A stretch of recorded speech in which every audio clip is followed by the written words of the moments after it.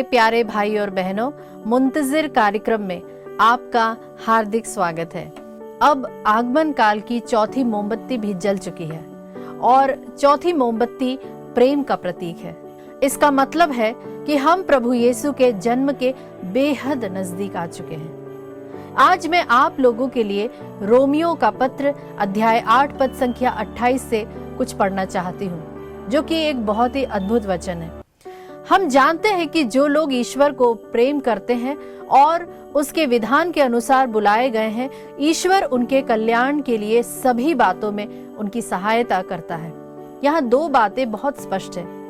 ईश्वर सभी से प्रेम करता है, लेकिन भलाई उन लोगों के लिए है जो ईश्वर से प्रेम करते हैं। यहाँ पौलुस यह नहीं लिखते कि जिन्हें ईश्वर प्रेम करता है उनके लिए सब बातें भलाई की होंगी।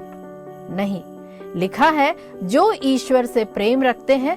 और बाइबल खुद बताती है कि ईश्वर से प्रेम करने का अर्थ सिर्फ गीत गाना, प्रेज एंड वर्शिप करना, प्रार्थना या बाइबल पढ़ना नहीं है। ये तो सब हमारे कर्तव्य है। तो फिर सच्चा प्रेम क्या है? यूहन्ना का सुसमाचार अध्याय 14 पद संख्या 15 में प्रभु का वचन कहता है, यदि तुम मुझसे प्रेम रखते हो तो मेरी आज्ञाओं को भी मानोगे। अगर हम कहते हैं कि हम ईश्वर से प्रेम करते हैं पर उसकी आज्ञाओं का पालन नहीं करते, तो हम वाकई में उससे प्रेम नहीं करते। और यदि हम अपने भाई बहन से बैर रखते हैं तो भी बाइबल कहती है कि हम अब भी अंधकार में हैं। पुराने नियम में यूसुफ का जीवन इसका एक जिंदा उदाहरण है। ईश्वर ने उसे महान प्रतिज्ञाएं दी, लेकिन प्रतिज्ञा मिलने के बाद उसके जीवन में कठिनाइयों की भरमार हो गई। भाइयों की जलन, खड्डे में डाला जाना, चंद सिक्कों में बेच दिया जाना, गुलामी का जीवन। लेकिन यूसुफ ने किसी से घृणा नहीं की, कोई बदला नहीं लिया। अपने विरोधियों के लिए भी उसका हृदय साफ रहा, क्योंकि जो ईश्वर से प्रेम रखते हैं वे उसकी आज्ञा भी मानते हैं। और ईश्वर ऐसे लोगों की हर घटना को, हर परिस्थिति को उनके भले के लिए बदल देता है।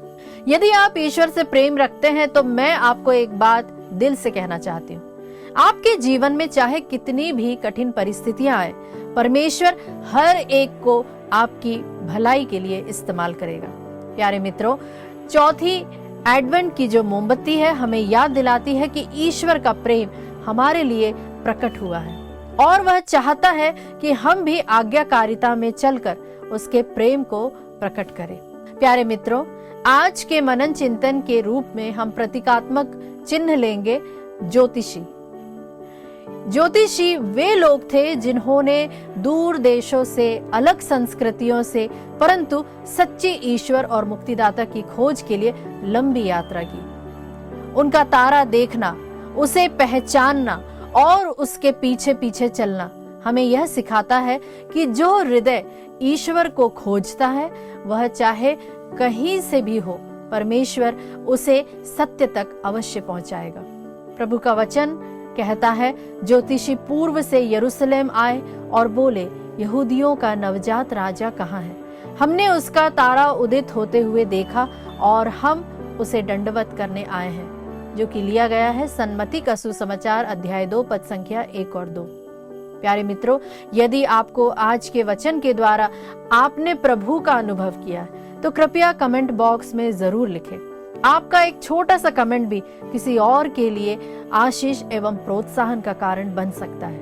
और अगर आपके पास कोई भी गवाही हो, कोई अनुभव हो, कोई सीख हो जो आप इस आगमन सीजन में सबके साथ बांटना चाहते हैं, तो आप उसे भी हमारे साथ साझा कर सकते हैं। हम सब मिलकर प्रभु प्रेम, आशा और विश्वास में बढ़ेंगे।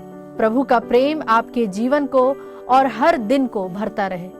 यीशु के जन्म की तैयारी आपके घरों में शांति और आनंद लेकर आए। आप सबों को पुनः मेरा जय यीशु।